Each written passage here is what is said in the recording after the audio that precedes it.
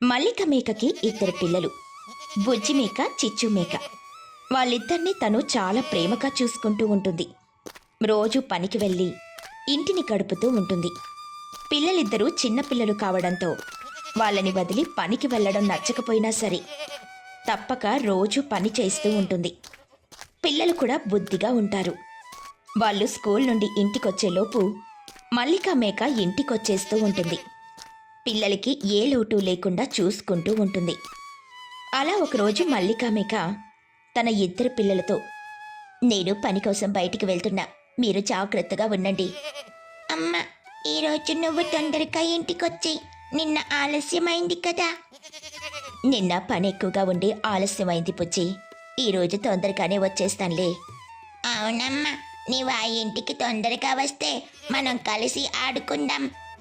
సరే సరే, ఇంకా ఆలస్యమయ్యేలా ఉంది, స్కూల్కి వెళ్ళండి. మల్లిక మేక పిల్లలిద్దరినీ స్కూల్కి పంపించేసి తను కూడా పనికి వెళ్తుంది. అలా సాయంత్రం అవుతుంది. పిల్లలు తొందరగానే వచ్చేస్తారు. కానీ మల్లిక మేకకు పని ఎక్కువ ఉండడం వల్ల ఆలస్యం అయిపోతుంది. మల్లిక మేక పనయ్యేసరికి చీకటి పడుతుంది. అప్పుడే మల్లిక కంగారుగా వస్తుంటే ఒక్కసారిగా కింద పడిపోతుంది. అప్పుడే అక్కడున్న చెట్టు మీద కూర్చొనున్న కమల అనే ఒక మంచి దయ్యం ఉంటుంది. ఆ దయ్యం మల్లిక మేకని చూసి ఆశ్చర్యపోతుంది. తన దగ్గరికి వెళ్తుంది. మల్లిక దయ్యాన్ని చూసి చాలా బాధపడుతుంది. ఏవైంది, ఎందుకిలా పడిపోయావు? నేను ఇంక బ్రతకను, నాకేదో అవుతుంది, నాకు ఒక సహాయం చేస్తావా? చేస్తాను, కానీ ముందు నేను మీ ఇంటికి తీసుకుని వెళ్ళనా? నువ్వు మంచి దానిలా ఉన్నావు. నాకిద్దరు పిల్లలున్నారు, నా కోసం ఎదురు చూస్తూ ఉంటారు. వాళ్ళని నువ్వు జాగ్రత్తగా చూసుకోవాలి. సరే, నేను జాగ్రత్తగా చూసుకుంటాను. ముందు మీ ఇంటికి తీసుకుని వెళ్ళనా? వద్దు, నాకంటూ నా పిల్లలు తప్ప ఎవరూ లేరు, నువ్వే అన్నీ చూసుకోవాలి. అలా చెప్పి మల్లిక మేక చనిపోతుంది. ఇక దయ్యం చాలా బాధపడుతుంది. ఆ తర్వాత దయ్యం మల్లిక మేక వాళ్ళ ఇంటికి వెళ్తుంది. పిల్లలు దయ్యాన్ని చూసి చాలా భయపడతారు. అమ్మా, దయ్యం, మా ఇంటి నుండి వెళ్ళిపో, లేదంటే నీ పని మా అమ్మతో చెబుతాం అని అంటాయి. నేనేవి చెయ్యను, మీ అమ్మే నన్ను పంపించింది. అవునా? మా అమ్మ ఇంకా ఎందుకు రాలేదు? అసలేం జరిగింది? మా అమ్మ ఎక్కడుంది? మీ అమ్మ చనిపోయింది. నాతో మిమ్మల్ని బాగా చూసుకోమని చెప్పి మాట తీసుకుంది. మిమ్మల్ని నేను బాగా చూసుకుంటాను, మీరు బాధపడద్దు.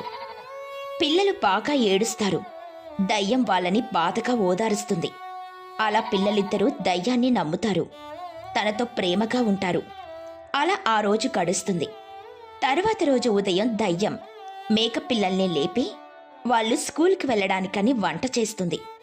వంట అయిన తర్వాత, పిల్లలు ఇలా రండి, ఇద్దరికి స్నానం చేయిస్తాను. నీకు స్నానం చేయించడం, వంట చేయడం అన్నీ వచ్చా? ఎందుకు రావు, అన్నీ వచ్చు బుజ్జి. దయ్యం పిల్లలకి కబుర్లు చెబుతూ స్నానం చేయిస్తుంది. దయ్యం పిల్లలను చూసుకోవడం ఏనుగు, పులి, కోతి, కొన్ని అడవి జంతువులు చూస్తాయి. కానీ తన దగ్గరికి వెళ్ళి అడగడానికని భయపడతారు. అలా దయ్యం పిల్లల్ని స్కూల్కి పంపిస్తుంది. దయ్యం తన మనసులో, పిల్లల్ని చూసుకోవడం బాగానే ఉంది, కానీ ఇంట్లో సరుకులున్నాయి కాబట్టి అన్నీ వండి పెడుతున్నారు. అవి అయిపోతే ఆ తర్వాత వాళ్ళని చూసుకోవడం ఎలా? ఇప్పుడే ఏదో ఒక పని చేసి డబ్బులు సంపాదించి వాళ్ళని బాగా చూసుకోవాలి. సాయంత్రంలోగా ఇంటికొచ్చేయాలి, లేదంటే వాళ్ళు భయపడతారు అని అనుకుంటుంది. వెంటనే పని వెతుక్కోవడానికని వెళ్తుంది. అప్పుడే దయ్యానికి ఏనుగు హోటల్ కనిపిస్తుంది. దయ్యం అక్కడికి వెళ్తుంది. ఏనుగు భయపడుతుంది. ఏమండి, ఇక్కడ పనేమైనా ఉంటే ఇస్తారా? అమ్మో, దయ్యాలకి మా హోటల్లో పనివ్వం. అయినా నాకే భయంగా ఉంది. నువ్వు ఇక్కడుంటే షాప్కి వచ్చే వాళ్ళు కూడా రారు. ఇక్కడి నుండి వెళ్ళిపో.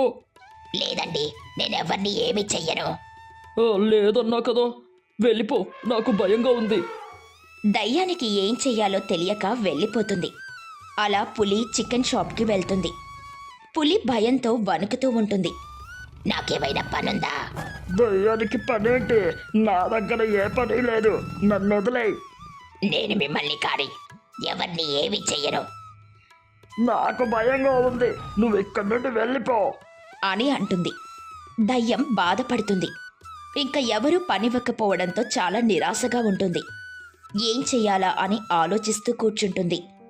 దయ్యం తన మనసులో, ఎవరు నాకు పనివ్వట్లేదు, ఇప్పుడు పిల్లల్ని ఎలా చూసుకోవాలి, వాళ్ళ ఆకలి ఎలా తీర్చాలి, నాకేమీ అర్థం అవ్వట్లేదు, వాళ్ళని ఏదో ఒకలా నేనే చూసుకోవాలి అని అనుకుంటుంది. దయ్యం పని కోసం అందరినీ అడుగుతుంది. అందరూ తనని చూసి భయపడి పనివ్వరు. దానితో తనకి బాగా కోపం వస్తుంది. అలా సాయంత్రం అవుతుంది. ఇంటికొచ్చేస్తుంది. ఆ తర్వాత కాసేపటికి పిల్లలు కూడా వచ్చేస్తారు. అలా ఆ రోజు రాత్రవుతుంది. పిల్లలకి వంట చేయడానికని సరుకులవి ఏమీ లేకపోవడంతో దయ్యం దొంగతనం చేస్తూ తీసుకొని వస్తూ ఉంటుంది. వాళ్ళని చాలా ప్రేమగా చూసుకుంటూ ఉంటుంది. కొన్ని రోజులు అలా గడుస్తుంది. జంతువులన్నీ కలిసి అడవి పెద్దయిన సింహం దగ్గరికి వెళ్తాయి. మన అడవిలో ఆ దయ్యం ఉండడం మాకు నచ్చట్లేదు, అందరూ భయపడుతూ ఉంటున్నాం. నిజమే, అయినా మల్లిక మేక లేకుండా వాళ్ళ ఇంట్లో దయ్యం ఎందుకుంటుంది, ఆ పిల్లల్ని ఎందుకు చూసుకుంటుంది? ఏమైనా సరే ఆ దయ్యాన్ని చూస్తూనే వణుకొస్తుంది. నిజమే, అడవిలో అందరూ ఆ దయ్యాన్ని ఏమైనా చేస్తుందేమోనని భయపడుతున్నారు. పైగా పని కావాలని తిరుగుతుంది. ఆ దయ్యాన్ని అడవి నుండి పంపించేయాలి. సరే పదండి, అందరం కలిసి వెళ్దాం. అందరూ కలిసి మల్లిక మేక వాళ్ళ ఇంటికి వెళ్తారు. అక్కడ దయ్యం వంట చేస్తూ ఉంటుంది. పిల్లలు సరదాగా ఆడుకుంటూ ఉంటారు. ఏంటి అందరూ వచ్చారు, నాకు పనేమైనా ఇస్తారా? పని అది ఇది కాదు, కానీ నువ్వు అసలు ఇక్కడ ఎందుకుంటున్నావు? మల్లిక మేక ఎక్కడికెళ్ళింది? తనకి నేను మాటిచ్చాను పిల్లల్ని చూసుకుంటానని. తన పిల్లల్ని నువ్వెందుకు చూసుకోవాలి? నువ్వు అసలు మా అడవిలో ఉండడానికి వీల్లేదు, అందరికీ భయంగా ఉంది. నేనిక్కడ ఉన్నప్పటి నుండి ఎవరినైనా ఏమైనా అన్నానా? అడవి పెద్దగా నేను చెబుతున్నాను, నువ్విక్కడ ఉండడానికి వీల్లేదు. అందరూ దయ్యాన్ని వెళ్ళిపో అని అంటూ ఉంటారు. అప్పుడే బుజ్జి మేకకి బాగా కోపం వస్తుంది. మా అమ్మ చనిపోయింది, అందుకే ఈవిడ ఇక్కడికొచ్చింది. ఏంటి, మీ అమ్మ చనిపోయిందా? అవును, అయినా ఇన్ని రోజులు మేమొక దయ్యంతో ఉంటున్నామని తెలుసు కదా, ఏ రోజు ఒక్కరు కూడా వచ్చి అడగలేదే. ఈ రోజు ఈ దయ్యం వల్ల భయమేస్తుందని వచ్చారు, కానీ ఆవిడ మా అమ్మ లేకపోయినా అమ్మలా చూసుకుంటుంది. దయ్యం, అసలేం జరిగిందో చెప్పు.